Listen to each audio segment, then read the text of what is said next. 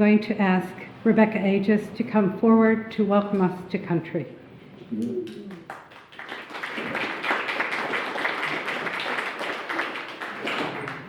My name's Rebecca Aegis, and I would like my uncle and my cousin to come and stand with me, please.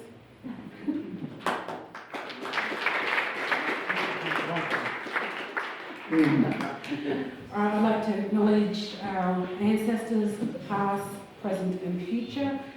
I don't have the word for welcome but in Ngadjuri, but I've learned that welcome is actually an English word. So we have gathering. So thank you for thank you for coming to this gathering and allowing me to build up my confidence as well. So thank you for this gathering and thank you for allowing us to share our stories and our knowledge with you today. So thank you for coming.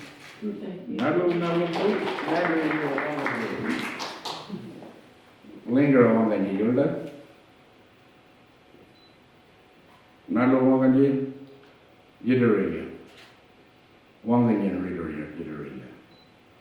We say, have good ceremony, have good talk. Wangan, Yiduriya mean have good talk, have good ceremony, and Linger. The linger we talk about is the spirit of the ceremony, and spirit of ceremony have good time. So that's the words she's looking for. And we give it Gavin. Gavin, I just moved over Clare, so we're in the national parks, grandfather Barney there, my great-great-grandfather. Thanks for letting me be a part of this as well. Keen to learn. Can't pass on, yeah. Thank you.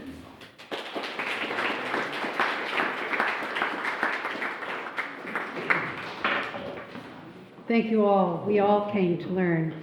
And I am Barbara Piscatelli. I'm the convener of the Burra History Group, a job that I took when our chief historian, Meredith Satchell, passed away in December of 2024.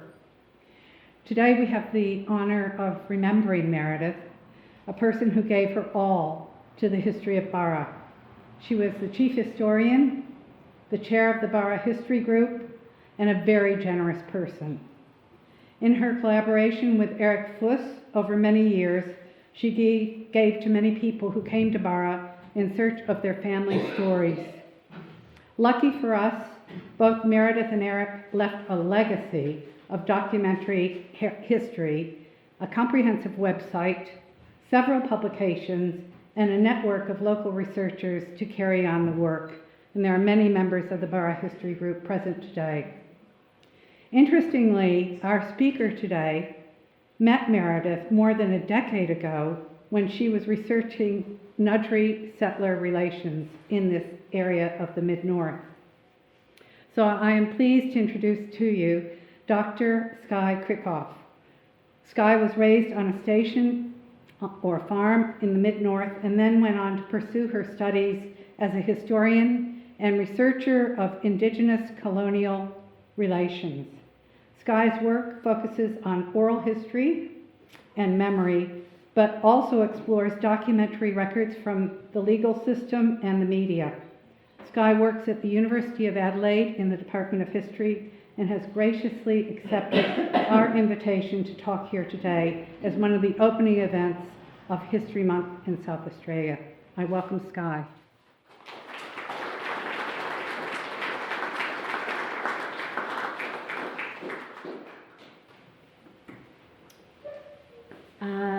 Sorry, Skye, can I just say one thing? Sorry, I forgot to mention also there is only 380 of us in the membership of Ngadjuri. So technically there is only just over 1,000 of us left. So I just thought I'd let you know. So thank you. First of all, thank you so much, Beck and Quinton and Gavin, for your welcome to country. For me, it's just so wonderful to be able to be here with Ngadjuri people, and that's you'll understand as I go through the talk why it's so meaningful and excellent that you're here. Thank you to the Burra History Group, and particularly Barbara, for inviting me to speak today. It's an absolute honour to be here. As Barbara said, I did meet Meredith 15 years ago now when I was beginning my PhD studies, and she was really welcoming and really helpful to me and gave me a list of people that she thought that I should speak with, some of whom I will be talking about today. So I should also say that many of the people that I refer to in my talk today are no longer with us, and I'm really, really grateful to have had the opportunity to speak with them about their memories and their stories, and this includes some Ngadjuri people and quite a few non-Aboriginal people as well. So I'll just start with this photo. This is a photo of the Booborowie Valley looking south. Here we go, great. We called this place Chinaman's Hill. I don't know what the Ngadjuri people called it. This is Poparingi, that's the farm that I grew up on. And over here is where my mother grew up, which is Kapiti.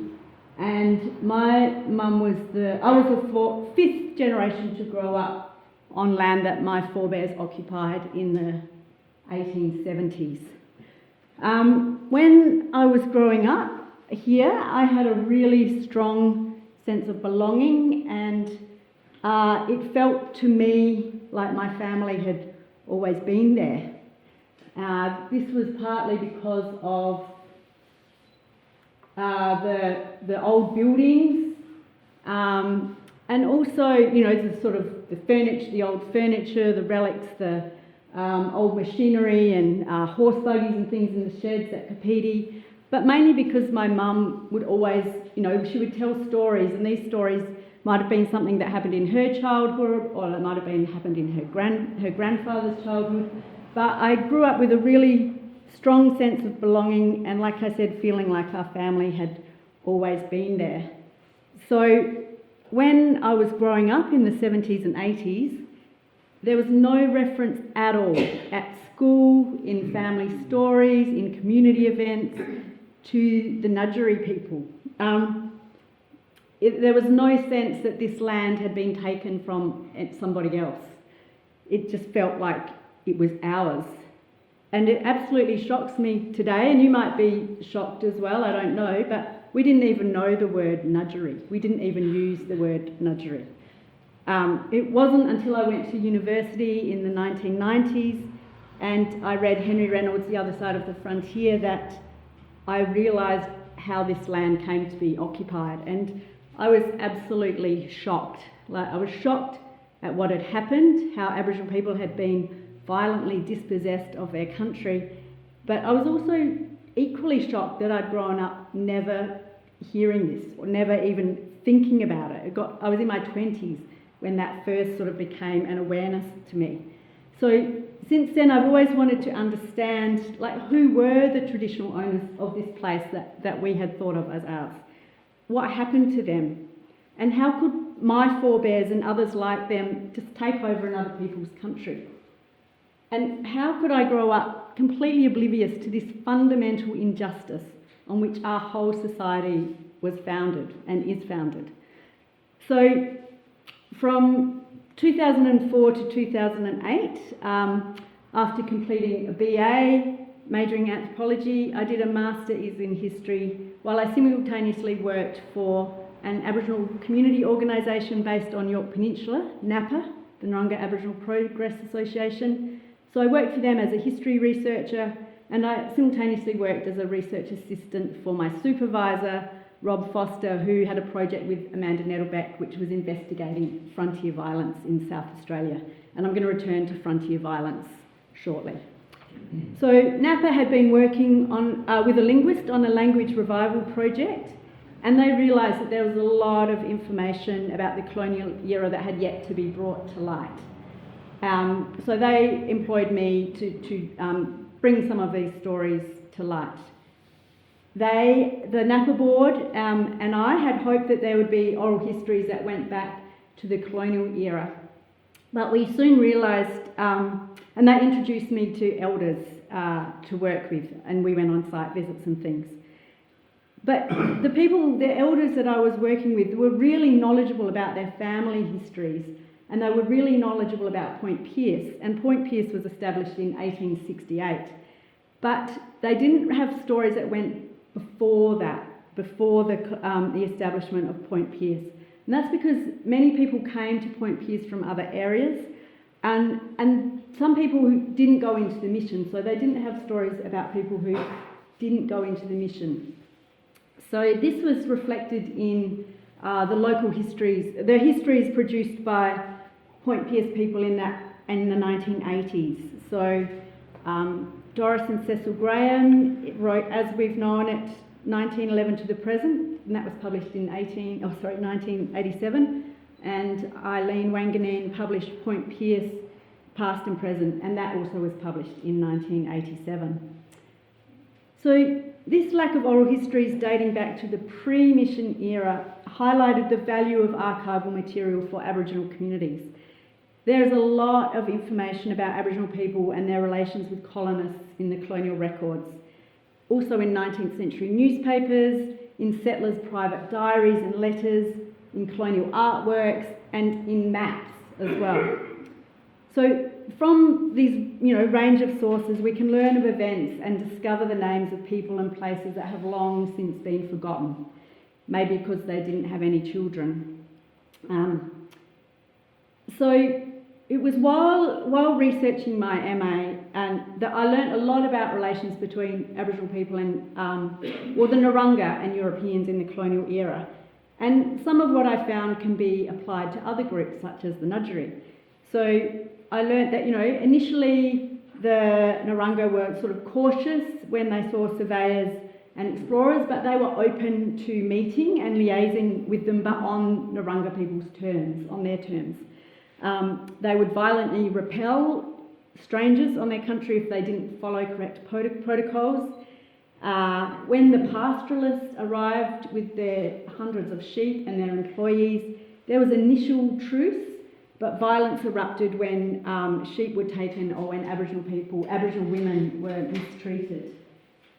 On York Peninsula, violence was relatively short-lived for a number of reasons, including the presence of cross-cultural mediators, in particular an Aboriginal man named Jim Crack, who was a native police constable, and he was a really incredible communicator, cross-cultural communicator. So during the time that he was a native police constable, there was no serious violence between colonists and Narungga at that time. Another reason for relatively short-lived violence on York Peninsula was that much of the peninsula was covered in a really thick scrub, which meant that there was limited, less numbers of Europeans and sheep there, and it also meant Narungga had a place they could get away from the Europeans. They could escape from them if they needed to. Also crucial was that York Peninsula, of course, is surrounded by the sea, and so the Narungga had an abundant source of resources. They didn't have to rely on taking sheep when their own, when the kangaroos and other game had been depleted by the arrival of the colonist sheep. So I learned a lot about Narunggas when doing my PhD, Masters. I learned a lot about Narungga people's experiences and colonists' relations with the Narungga, and I learned how to find information about early colonial cross-cultural relations. But I still had many unanswered questions. I should say, so the findings of my MOA were published by Napa in 2011. So for my PhD, I still wanted to learn about Aboriginal settler relations, but I wanted to learn about it in the area that I grew up, in the Hallett region, which to this day I still in many ways think of as home.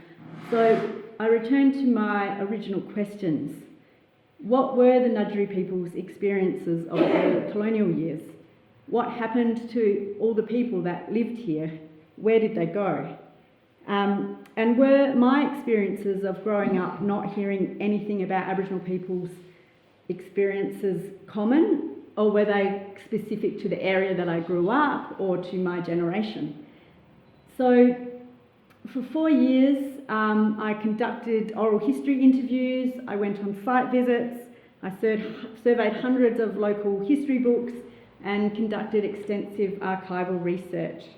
I interviewed about 60 people from the mid-north, from York Peninsula, Southern Flinders Ranges on Narungga. So I interviewed people from Narungga, Ngadjuri and Nuganu country. And although I interviewed people from this really large area, I ended up concentrating my analysis on the mid-north and the Southern Flinders, in particular around the Burra district and around the Burra, Booborowie Valley, Mount Bryan district. So what follows now is like a condensed sort of summary of some of my key findings in this area, the Burra area. So this is, this is what the people that I spoke with were from around this area. These are the people that I spoke with who had connections to the Burra district that I'm going to talk about today.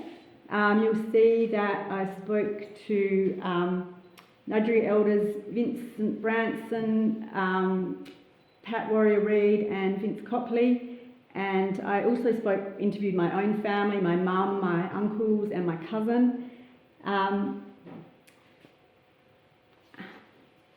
But today I'm really going to talk about what the non-Aboriginal people I spoke with said today.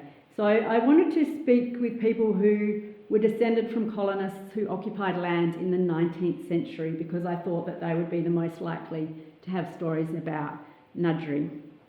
And I wanted to speak to the eldest generation of those families where I could, and subsequent generations if that worked out as well. So initially I was quite nervous contacting potential interviewees. On my information sheet I'd clearly stated that I wanted to hear stories about Aboriginal people that dated back to the colonial era, and I said that, and I quote, "While very few people of Aboriginal descent remain on the land of their forebears, the opposite is true for many settler descendants." And we heard from Beck today how few Ngadjuri people there are today. So saying that, might not sound very confrontational, that, that settlers are here and Aboriginal people have been displaced, but that was 15 years ago, and many non-Aboriginal people at that time didn't readily acknowledge Aboriginal ownership of land, and I wasn't sure how people would respond. And as I said, they were generally older people as well. But all the people that I contacted, both settler descendant and Aboriginal people, were really happy to meet with me and to be interviewed. And of all the people that I met, only one person from the Burra district didn't want to be recorded, and that's because he was worried about native title, which is something that he did not have to worry about. So what did I learn from these oral histories with settler descendants? As I said, although when I spoke on the information sheet that people got before I met with them, and during the phone call, I'd made it very clear that I wanted to hear stories about Aboriginal people going back to the colonial era, no one that I met with volunteered that. And eventually, at some stage during the interviews, I would directly ask interviewees if they remembered or if they'd ever heard any stories about Aboriginal people living or working on their property or in the district that they grew up on, if they'd ever come across any signs of Aboriginal occupation in their paddocks or around their homesteads, and what they thought happened to the Aboriginal people of the area, the Ngadjuri. And the overwhelming majority had no stories of Aboriginal people dating back to the colonial era. So, for example, Melva McGuinness of Three Trees, just north of Burra, she hadn't heard any stories of Aboriginal people from her grandparents or her housekeeper, Essie. She said to me, quote, "Oh, they used to talk about everything else, so I don't think that there could have ever been Aboriginal people around here." When I asked Melva about the meanings of various Aboriginal place names and station names, she couldn't help me. She didn't have any idea. Melba also said that she had never come across any artefacts or any signs of Aboriginal occupation. When I asked her about the engravings at Kachaula, Melba said she'd seen them, but she didn't know what they were and she didn't connect them to Aboriginal people. Likewise, Jean Holmes, you can also see on the screen, whose grandparents purchased land near Booborowie Station when it was split up and sold in the 1890s. She too said that she'd never heard anything about Aboriginal people from her grandparents or her parents. And that was common. So the other thing was that few of my interviewees could imagine places on their properties as sites of Aboriginal occupation. When directly asked, most settler descendants say they can't think of any. My cousin Angus Murray at Kapiti, he asked me, he actually said, did Aboriginal people ever live in this valley? Max Rayner, whose forebears purchased land in the valley next to Kapiti in the 1860s, said, and I quote, "There were no springs on the bluff, and I think down on that open flat country would be too jolly cold. I think in the winter time they'd be in the scrub country." Les Warnes, who you see here, whose forebears purchased the pastoral lease of Wulganji in the 1890s, said he didn't think that Aboriginal people would have spent much time at Wulganji as it was too dry and too tough. He said, no, Aboriginal people would have been out there very rarely, only after a good rain. Good rains after every 20 or more years. When I asked him if he ever found any campsites or hammerstones or anything like that, he said, no, I didn't. It's all flat country. The biggest trouble was water. There's no water out there. So when analysing these oral histories, it's really important to bear in mind that people draw on their own lived experiences when they're making sense of the past. So Max and Les's lived experiences of a lack of water, of cold winters and a lack of vegetation are projected onto a pre-colonial past to understand what seems to them as a lack of signs of Aboriginal occupation.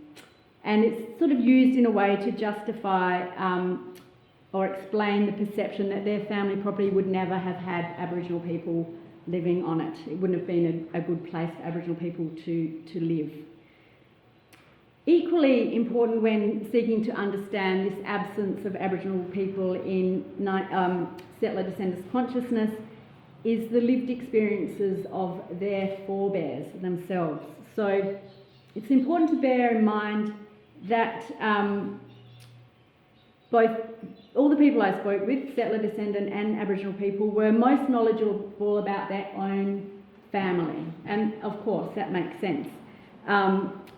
But their stories are directly related to their families' lived experiences.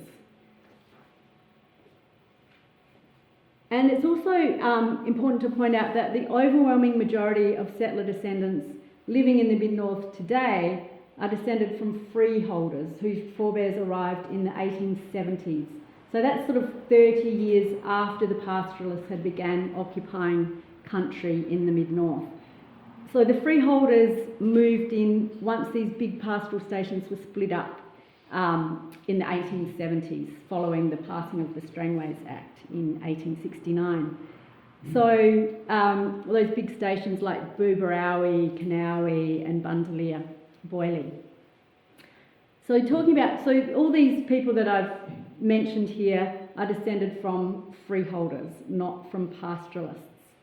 And on that point, it's important to recognise as well the enormous decline in the Aboriginal population during the first 3 decades of European arrival. So in South Australia and indeed across the country, within 3 decades of European occupation, Aboriginal populations were down to 10% of the pre-colonial number. So this is devastating statistics, and it was largely due to introduced diseases, but displacement, the loss of resources and frontier violence certainly played their part. This statistic is comparable to the decline in First Nations people in the Americas and in other parts of the world as well. If we look at this census here that was collected in 1871, you can see that for the Mount Bryan area there was one man and one woman recognised as living in this, Aboriginal people recognised as living in the Mount Brian and the Burra Booborowie sort of district. So that's not to say that that's accurate, you know, there certainly would have been many Ngadjuri people that would have gone unrecorded, no doubt, but it does give you a good snapshot of what the colonists, you know, the colonists' interactions with Aboriginal people at that place, at that time. So what's really interesting too is that the only settler descendants who had real, you know, stories, fresh stories passed down through their family about Aboriginal people were those who were pastoralists or whose forebears arrived or were employed by pastoralists. So in that 1840, 1870 sort of period. And for this area, the Burra area, the only pastoral family to remain in the district was the Dare family, who had had land out east of Mount Brian. So, and before the freeholders arrived and before the population numbers really declined, Aboriginal people were, of course, Ngadjuri people were, of course, ever present. This was their place, and they were interacting with the newcomers, the strangers onto their land. So, in her local history of Hallett, published in the centenary year of 1977, Marlene Richards states that William Dare was a friend to the Aboriginal people and at one stage had a camp of 30 or more Aboriginal people living with him and working for him. Roma Matty, in her history Deceptive Lands, also recalls that Dare and his friends and business partners Chewings and Hiles, and I quote, roamed with the blacks for the express purpose of discovering the natural springs located in that area. Their efforts were rewarded with the discovery of the Wungkurri Springs near Uluru. In Razorback Country, author Ruth Stolt states that, and I quote, on realising the natives' great love and understanding of country, Dare, Chewings and Hiles moved with them, learning of the land and the seasons, the watering places, the signs of good and bad times ahead. And all three of those authors got their information from Coburn's Pastoral Pioneers, which was published in 1925. So because of their continuous links to the district, because these links extended back to the sort of pastoral or squatting era, and because William Dare was recorded as having befriended and lived with Aboriginal people, I was really, really keen to interview his descendants. And I had expectations of finally hearing from someone in the Burra, Mount Brian, Hallett region, stories of Ngadjuri interacting with the colonists. And I was actually half expecting to hear of Billy's and his descendants' respect and gratitude towards the people that had led Billy to water, who had helped him with his sheep, and seemingly played a really important role in his establishment as a pastoralist. So when I met with Rollo Dare, he was in his 90s and he was a resident at the Booborowie nursing home. And I waited sort of expectantly for him to bring up Aboriginal people when he was talking about his forebear, but he was not forthcoming at all. Eventually I brought it up and I asked Rollo, and I quote, if he had ever heard any stories about the Aboriginal people from when William, your great-grandfather, and he interrupted me saying, no, he went and lived with them for a while to find out where their waterholes and things were. I don't know how many years, but he lived with them. And then he jumped onto a different story about Billy Dare's age when he arrived in Australia. A bit later on, I tried again, asking if Rollo had ever heard any Aboriginal words that Billy might have picked up. And Rollo answered, no words. Probably he knew some words. I don't think he ever, I don't know. I don't think he could talk any of their language. And then I said, and once he got set up, do you know if any Aboriginal people stayed near him? Very leading question. And he just said, no, he stayed as a shepherd, and then the gold rush started. And then he moved on to a different topic again. So in analysing this, there's three interrelated explanations for Rollo's lack of expansiveness regarding his forebears' interaction with Aboriginal people. First, Aboriginal people were not part of his current social world or the social world in which his consciousness of the past was formed. So memory scholars have observed that the past is a social construction which is largely shaped by concerns of the present. In Rollo's current circumstances, the presence of Aboriginal people in his forebears' life is just of no interest to him. Second, in the conservative world of late 19th, mid-20th century South Australian settler society, Aboriginal people were socially stigmatised, and Rollo may have been reflecting his awareness of this social and racial hierarchy and perhaps didn't want to associate his forebear with Aboriginal people. Third, and relatedly, as found by oral historian Penny Summerfield, memories or stories which fall outside public discourse can be difficult to sustain. So without a cultural frame of reference, when you're living in this void of stories about Aboriginal people, tellings can be fragmented and deflected within the interview context in spite of a sympathetic and interested audience.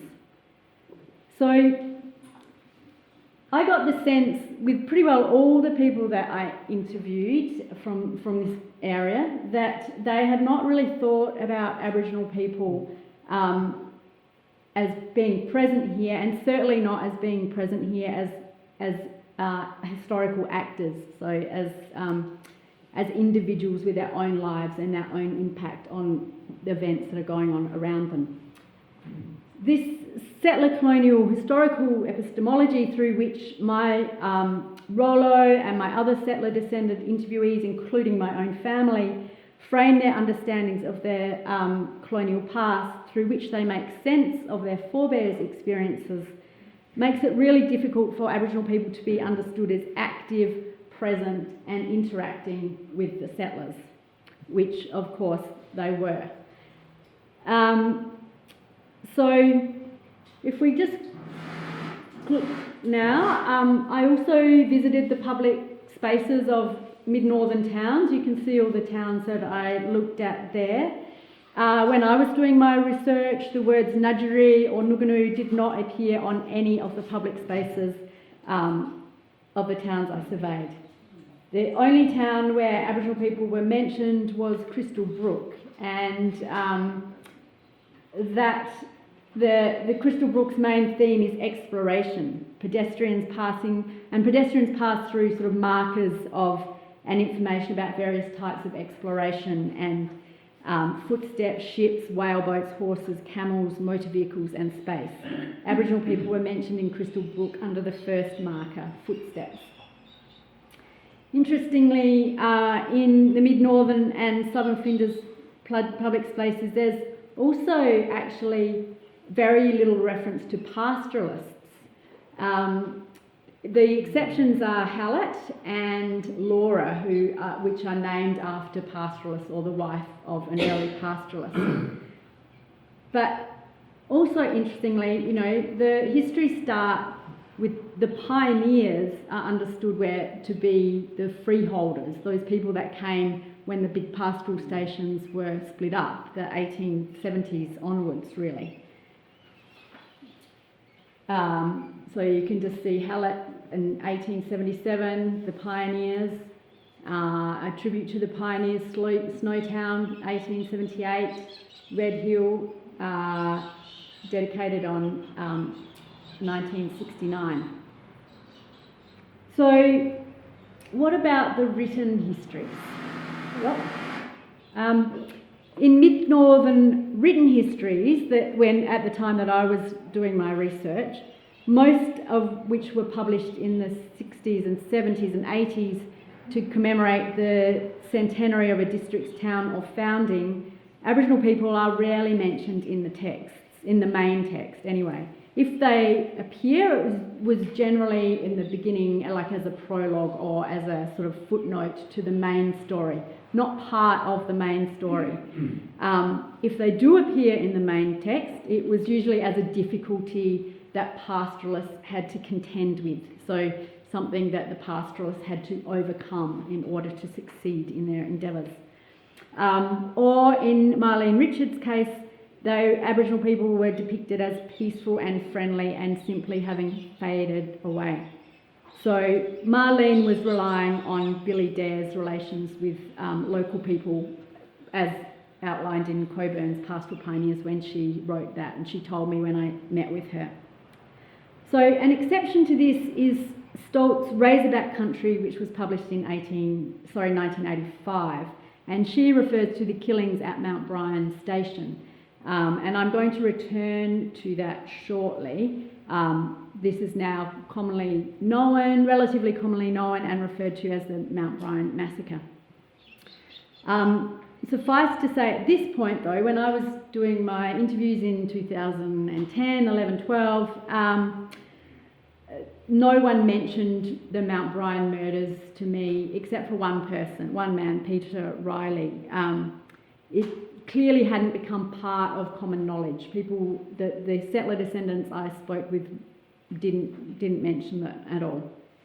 So, in summary about the written histories, in the hundreds of local histories I've surveyed, not only for the Mid-North but also across the state, there is very little, if any, discussion of cross-cultural interaction or how Aboriginal people adapted to and survived the invasion of their land. But I do want to say, in making these comments, that it is important to bear in mind that many of the local South Australian histories were written to commemorate centenary years. They were authored by local people who were working on tight budgets and living far distant from Adelaide. So it wasn't easy at the time to access archival material or to learn about 19th century Aboriginal people. And one historian, Nancy Robinson, who conducted historical research in the late 1960s and early 70s, she tried really hard to include Ngadjuri people's experiences in her histories. So she collected oral histories and she made a point of asking her elderly interviewees if they had any memories or stories of Aboriginal people. And they did in the 60s and 70s. And their accounts are published in Folk Tales of Mananari. And as a result of this, many future generations have been able to learn of Ngadjuri settler interaction in that area. And this is quite unique amongst the mid-northern histories that were written at that time. And it was built upon by Teresa Donnellan in her History of Hornsdale, which was published in 1995. Nancy Robinson also went to a great effort to name a mountain near Mananari, Mount Ngadjuri. And she tried really hard to track down Ngadjuri descendants. So we're talking the 60s and the 70s. She contacted the South Australian Museum, which at the time was the key state institution with regard to knowledge of tribal boundaries, genealogies and descendants, expecting that they would be able to assist her and put her in touch with people. But she was told by an employee that the Ngadjuri tribe was extinct. She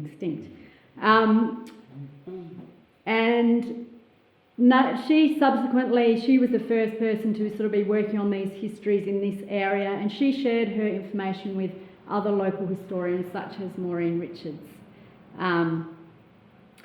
But of course, this absence of Aboriginal people, of Ngadjuri people, was corrected by the authors of this book and by the Ngadjuri people, Ngadjuri descendants themselves. So this book, Ngadjuri, was published in 2005. You can see the authors there.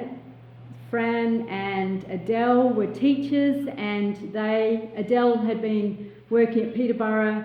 Fran had been working at Peterborough and had been interested for years in trying to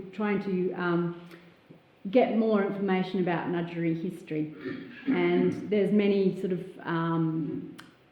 working with the Ngadjuri Walpurrujuru Lands and Heritage Association, there's many great exercises in this book for students trying to understand the experiences of Ngadjuri people, their survival and their experiences. So the authors of this book drew a lot on work that had already been done and the knowledge that they had been able to gain together.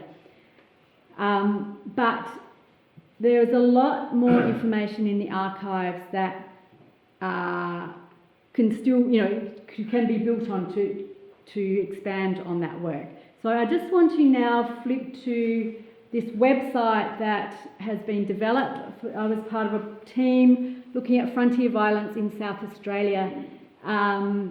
For the project went for 4 years, and our website was launched last year. And I'm just going to escape out of this, and you can all, if you want to, go online and check it out yourselves. So I'm just going to, hopefully this will work. Here we go. Okay, so this is a website that, this project was an ARC funded project, and me and a colleague, Rob Foster, my old supervisor, were responsible for doing the archival research, and I conducted oral histories as well.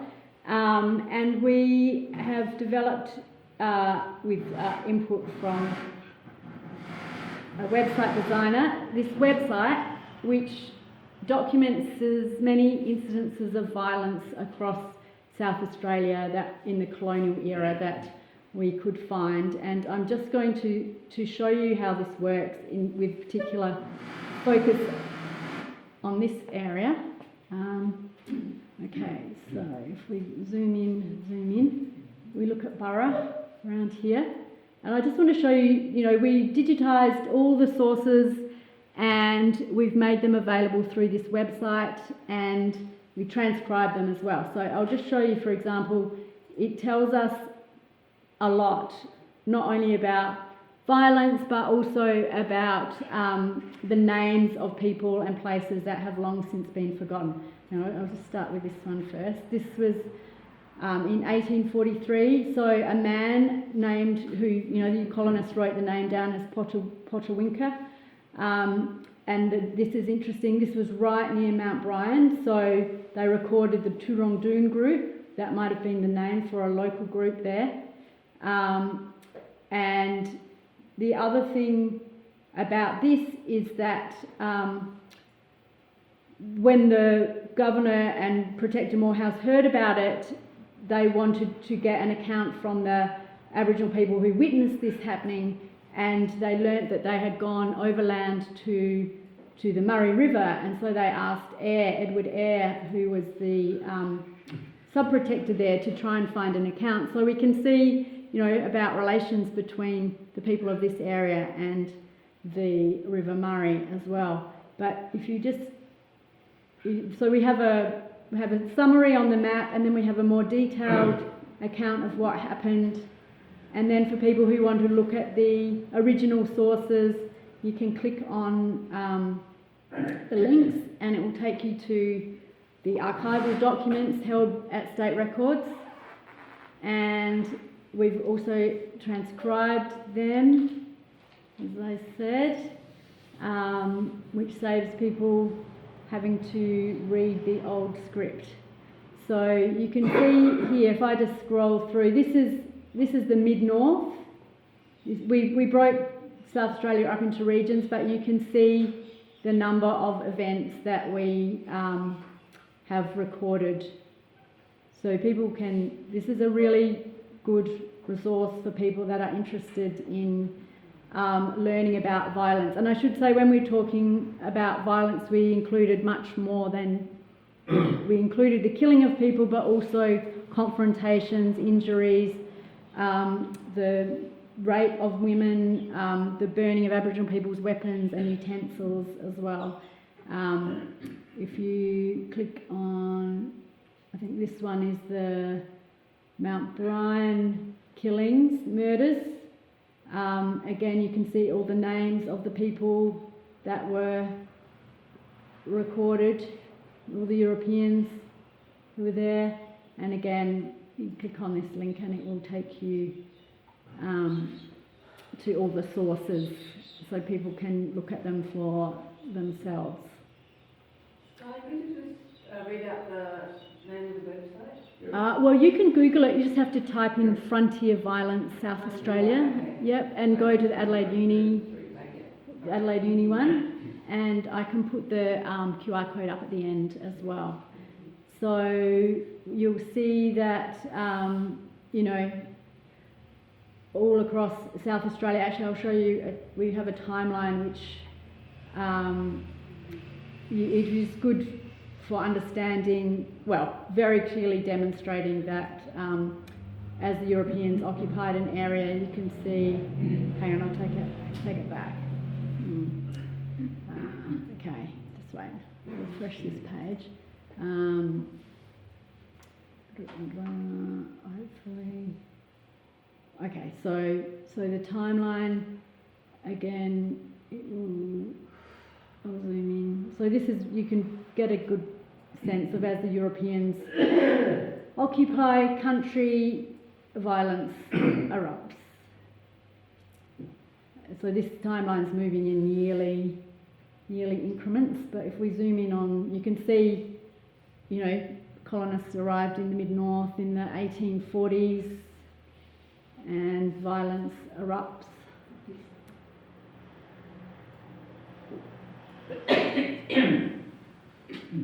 So again, you can zoom in and just get a summary of what happened at that place. And this man's a really interesting Ngadjuri man, a very clever man, and he was arrested and put in jail, and his people kept petitioning for him to get released, and he did get released after a few years, and he acted as an interpreter for a while, but he's a fascinating character.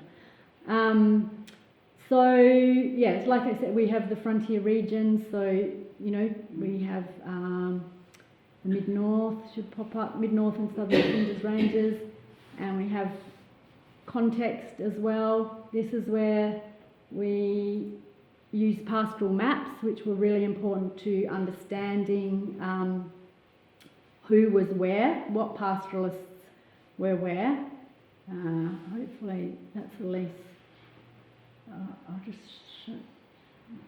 Hopefully this won't take too long to load, but we were able to, if we zoom in, so this is an 1851 pastoral lease map, and it's very good quality. We're sort of restricted in quality, but you can see what pastoralists were where. So that helped us plot these incidents on the map. You can slide it across like that.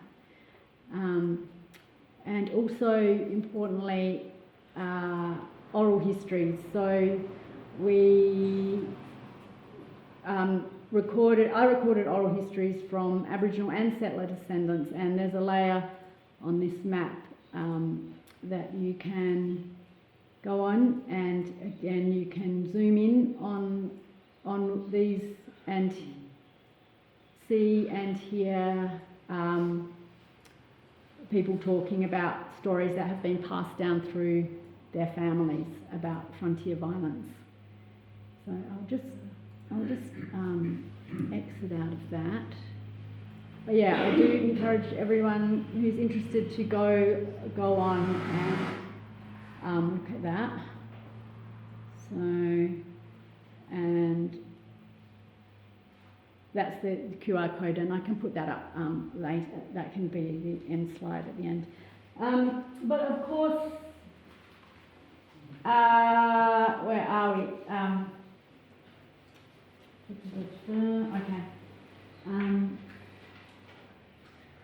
Aboriginal people are ever present in the paintings, colonial artworks,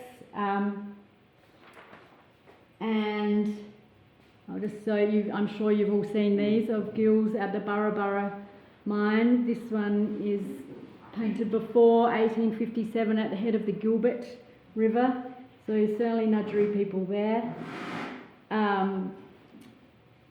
And so I've just lost my spot.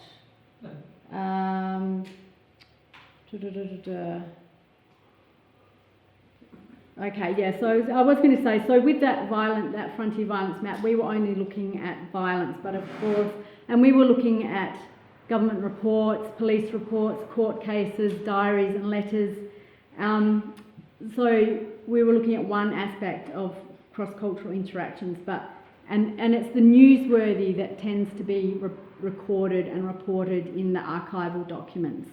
So everyday interactions are not recorded, and to find them you have to look at other sources as well.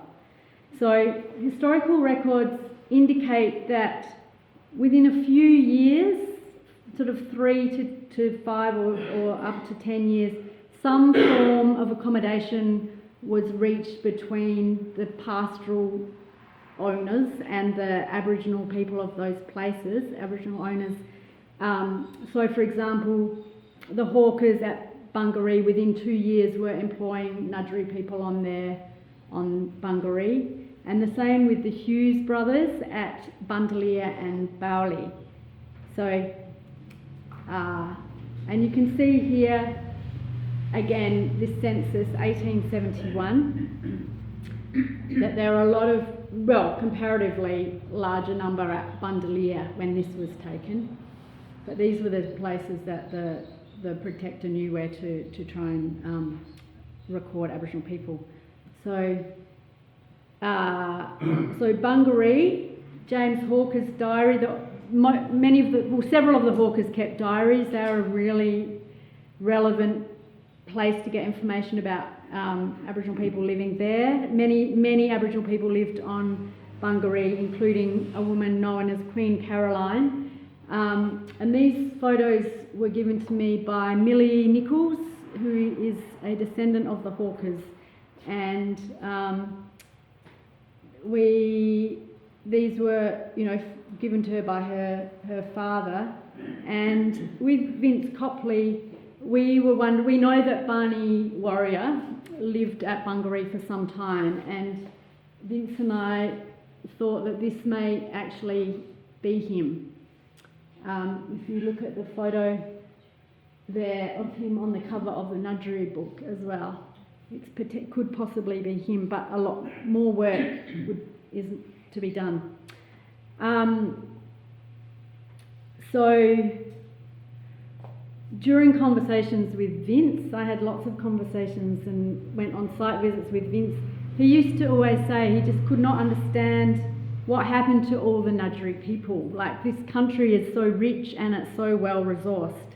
There must have been a lot of Ngadjuri people living on it when the Europeans arrived, and he always wondered what records there were that existed. So the records are there, but they just take a lot of uncovering. So the Hughes brothers had Boilie and Bundalia Station. When researching her histories in the 1960s and 70s, Nancy Robinson had access to all the station records, which Vince and I tried to get access to, but we weren't able to from the Hughes family. So Nancy found that from the records from the 1840s, Aboriginal people were working on Bundalia and Boilie Station along with the Europeans, with Chinese men, and with Afghans, and at least one African person. So they worked as labourers, as shepherds, and as hut keepers. And the anglicised names of some Aboriginal employees on the Hughes stations include Jimmy Wangway, Boilie Tommy, Mount Bryan Billy, and Bundalia Jack. In 1862, Dr. Walker, the protector of Aborigines, visited Bowley and reported, and I'm quoting directly here, "At Bowley, 14th October, I saw a rather large party of blacks. There are, I believe, about 40 belonging to that station. 11 of them were employed at the woodshed, 2 as shepherds and 1 as a colt breaker. They all had good wages, and 3 of them, shearers, received the same wages as the white men. The men are the strongest and best-looking blacks I saw in the north. The whole of the party seemed in good health, possessing plenty of food and clothing. Here, as in other parts of the Northern District, there are fewer females than men and very few children." End quote. He recorded that one Aboriginal woman had married a white man and that had 10 children, although at that time only 3 were surviving. That another Ngadjuri woman had married a Chinaman and had 5 children.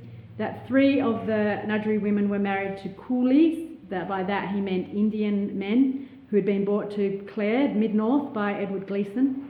and that two of these women had 2 children and the other woman had 1 child. So that Chinaman mentioned there is Charlie Angie, who married a Ngadjuri woman named Burra in 1861 on Bundalia Station, and their wedding certificate survives. In 1869, Burra travelled to York Peninsula and left 5 of her children, Elizabeth, Sally, Jessie, Annie and Henry, at the newly established Point Pearce Aboriginal Mission. And she then returned back to Boyle and rejoined Charlie and their 2 older sons and several younger children. So according to official records, she died at Warrabra in 1875. But her children, Dan, Martin and the 2 younger children, then went to Point Pearce and joined their siblings. And it's believed that their father, Charlie, returned to China. At Kanawi Station, John Armstrong, the manager of one of the Brown Brothers' Booborowie Station in the 1850s, was the partner of a Ngadjuri woman from Kanawi, and she was born between 1840 and 1845. And they had 2 children called Amelia and Joanna. And this woman also had a daughter named Ellen with an Aboriginal man whose name is unrecorded. So Ellen married Albert Cartigneri, and they had a son, Archie Cartigneri, who was born at Hallett in 1883, and he's Doreen Cartigneri's grandfather, and there are many descendants from him today. There are also many Aboriginal people that resided on Anlaby Station as well, near Kapunda, into the 20th century. So when you start digging, Aboriginal Ngadjuri people are very present in the archives and in the records, in the paintings and in the photos.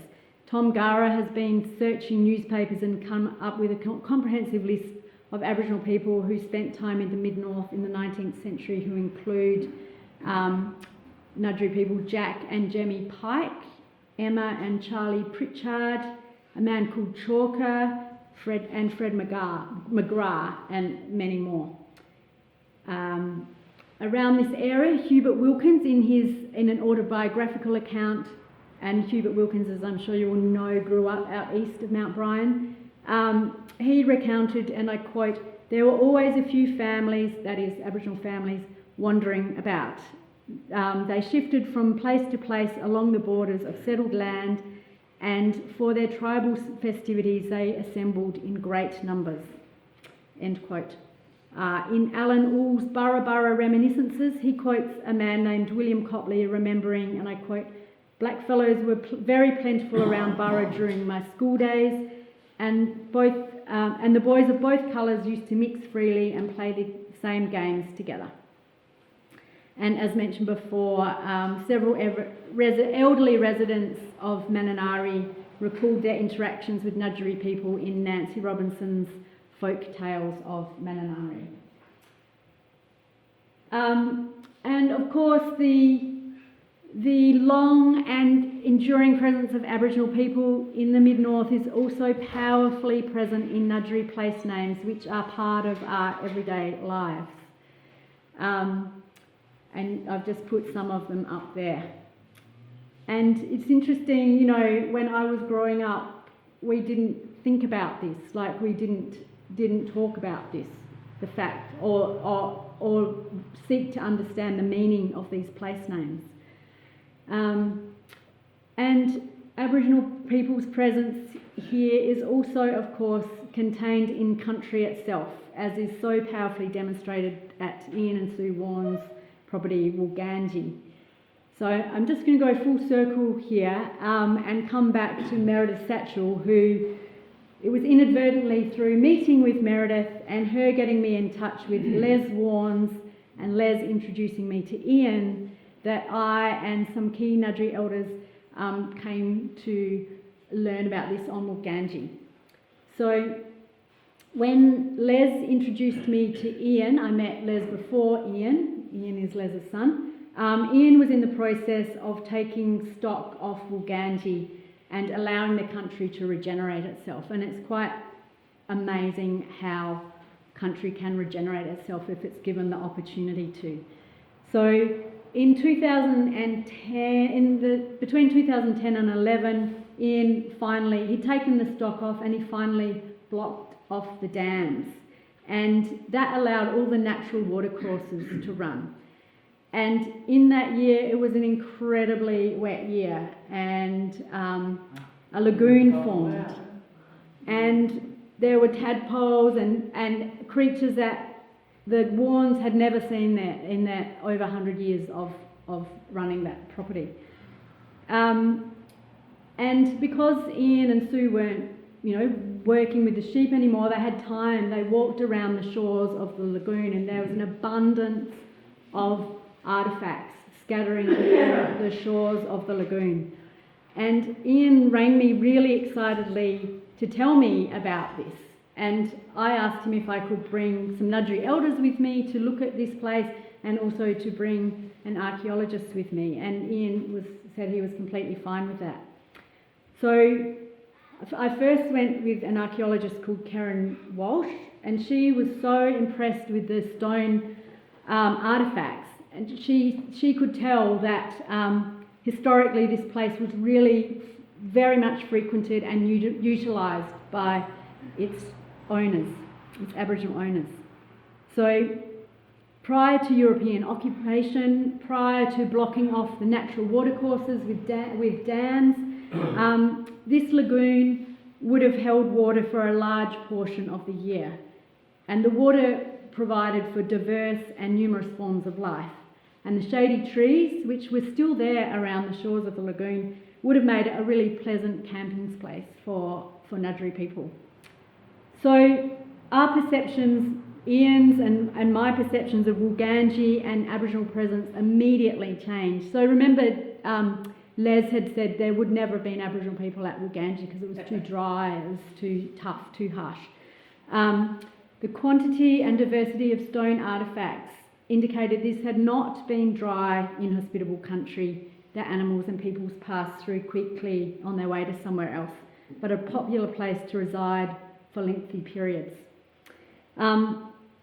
With Karen, we went to a neighbouring station as well, and I just put this in to show the value of travelling with an archaeologist or someone who's knowledgeable about artefacts. So there was this bottle top that was just lying on the ground under this tree, and Ian and I didn't think anything of it, but Karen went straight up to it immediately.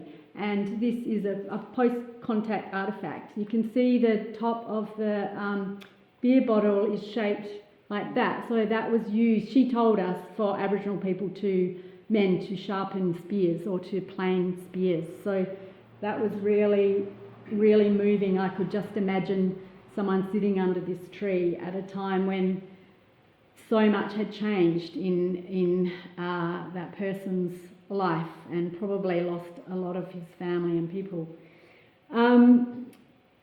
Then in March 2012, I went there with Quinton and elders Vince Branson, Quentin Aegis and Carlo Sansbury, and archaeologist Kylie Lower. We went to Wulganji and we met, Quinton met with Sue and Ian and had a look at the artefacts. And over a cup of tea at the homestead, a conversation was held. And Vincent Branson, during that conversation and following, spoke of the need to share histories and to work together. Later, in 2019, I returned to Wulganji with Vince Copley and Lee McInerney, the co-author with Vince of The Wonder of Little Things. And so Lee and I had a great privilege, as did many others, of working with Vince and getting to know him and his way of thinking. And I, for one, and I know Lee as well, was always awed by Vince and his way of summing things up perfectly, of recognising what is and what is not important. And he was a real visionary, a big picture man who could make things happen and who could really bring people together. So, in conclusion, I just want to say that Ngadjuri presence is everywhere in the landscape, the place name, the archives, and most importantly in the people, in the descendants of these 19th century people who are here with us today. and hopefully joining through remotely as well. So while the overwhelming majority of my settler descended interviewees had no stories about Aboriginal people dating back to the colonial era, and they appeared to have given very little thought to this, it hadn't really entered their consciousness before being asked particular questions. At the same time, I did find the people that I worked with really open to learning, and they were sort of surprised that they hadn't thought about this before. So I'm talking about settler descendants here. So my cousin Angus, after I answered his question, were there ever Aboriginal people here on Kapiti and what happened to them, I asked him how he would feel about Ngadjuri coming back and walking over country at Kapiti, and his reply was immediate. He said, "It wouldn't worry me at all. It wouldn't worry me whatsoever. I'd love them to. I'd love them to." When I told Andrew Gebhardt, who I haven't mentioned, but he was another of my interviewees, about the information I was learning about Ngadjuri in the Northeast Highland District, he said with great emotion and expression, "I don't understand the whole thing. I can't understand how we've just ignored all of this." With Melva McGuinness was telling me that she didn't know the meaning of any Aboriginal place names and that she didn't know what the rock engravings at Kachala were, she was contemplative when she said, looking back, there was a lot that we missed. But most of all, like I said, it's the people, it's the generosity and of spirit of the Ngadjuri people, the descendants of Barney Warrior and others. As Vince Branson phrased it, he said, and I quote from him, "What we've got to do is share this. There are two cultures here. Both cultures have to work together so we can move forward together and get a better understanding and respect of each other, so we can take care of each other's culture." Vince Copley too envisaged a time when Ngadjuri and non-Ngadjuri people would truly walk together. So being here today in the presence of Ngadjuri people who have survived the onslaught of colonialism, I really hope that the future is better and that we can genuinely, in the words of Vince Copley, walk together on country. Thank you.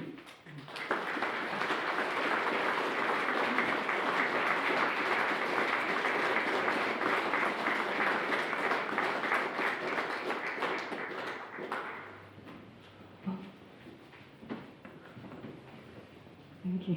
Good afternoon, everybody. I'm Deb Selway, the Chair of the Burra Community Management Committee and also a member of the Burra History Group. I have the wonderful job today of thanking Dr. Skye Krichauff for a wonderful lecture. I'd also like to thank everybody who came here today to listen and to learn, because in walking together, this is what we absolutely need to do. And it's wonderful to see so many people. Some have come quite far to join us today, and may the conversation continue. I have a few other thanks to add to that. I'd like to thank Sandra and Kima Kospalides for the catering, and we'll invite you after I finish here to a lovely afternoon tea.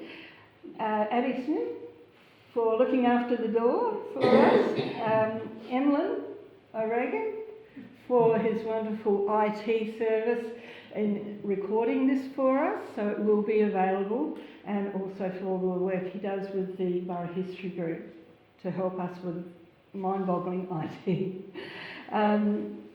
There's also the Regional Council of Burra. We thank you for the use of this wonderful space today, and for Barb Button to coming and helping set up as well the IT.